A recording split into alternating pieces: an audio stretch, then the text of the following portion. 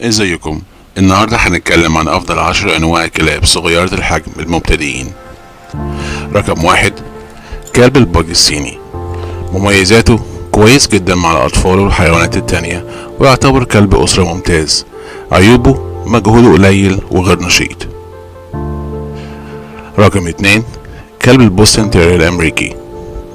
مميزاته: كلب عيلة وبيحب اللعب كتير. عيوبه: مستوى ذكائه مش عالي اوي. رقم 3، كلب البومرانيان الالماني. مميزاته: كلب حنين جدا وما عندوش شراسة نهائي. عيوبه: شعرته طويلة وبيتعب جدا في الحر. رقم 4، كلب الاسبانيول الانجليزي. مميزاته: كلب ذكي ولعبي.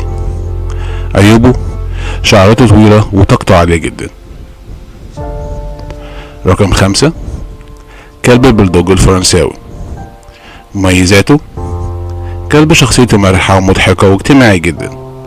عيوبه: طاقته قليلة وسعره غالي جدا. رقم 6، كلب اليوركي الانجليزي. مميزاته: كلب عيلة ممتاز وذكي جدا وسريع التعلم. عيوبه: شعرته طويلة ومحتاجة تنظيف مستمر. رقم 7، كلب بابيون الفرنساوي. مميزاته: شكله جميل وذكي جدا وحبوب. عيوبه: طاقته عالية جدا.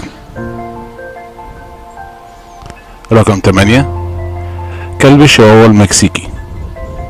مميزاته: أصغر نوع كلب على الإطلاق. عيوبه: بيتعلق بشخص واحد فقط معظم الأوقات. رقم 9، كلب البيجل الإنجليزي. مميزاته: كلب أسرة وصيد جيد جدا. عيوبه: صوته عالي جدا وعنيد. رقم 10، كلب الداتسون الألماني. مميزاته: بالرغم من حجمه الصغير إلا إنه كلب تنبيه ممتاز وبيدافع عن أصحابه وعيلته. عيوبه: عنيد جدا ومش سهل التدريب. شكرا للمشاهدة. لو عجبكم الفيديو ما تنسوش تعملوا لايك وسبسكرايب، ولو عايز فيديو تفصيلي عن كل نوع من الأنواع دي تقدر تلاقيه على القناة بتاعتنا في فيديوهاتنا القديمة. سلام.